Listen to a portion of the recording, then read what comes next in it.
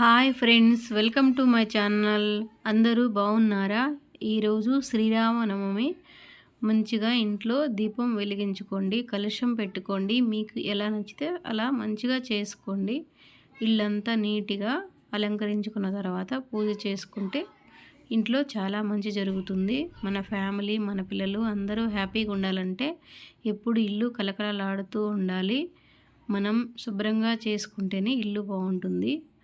ఆడవాళ్ళు ఎప్పుడు నీట్గా ఉంటేనే ఇల్లు బాగా ఉంటుంది. చూడండి, ఇక్కడ భజన చేస్తున్నారు. మేము గుడికి కూడా వెళ్ళాము. శ్రీరామ భజన కూడా బాగా చేస్తారు ఇక్కడ. మీరు ఎంజాయ్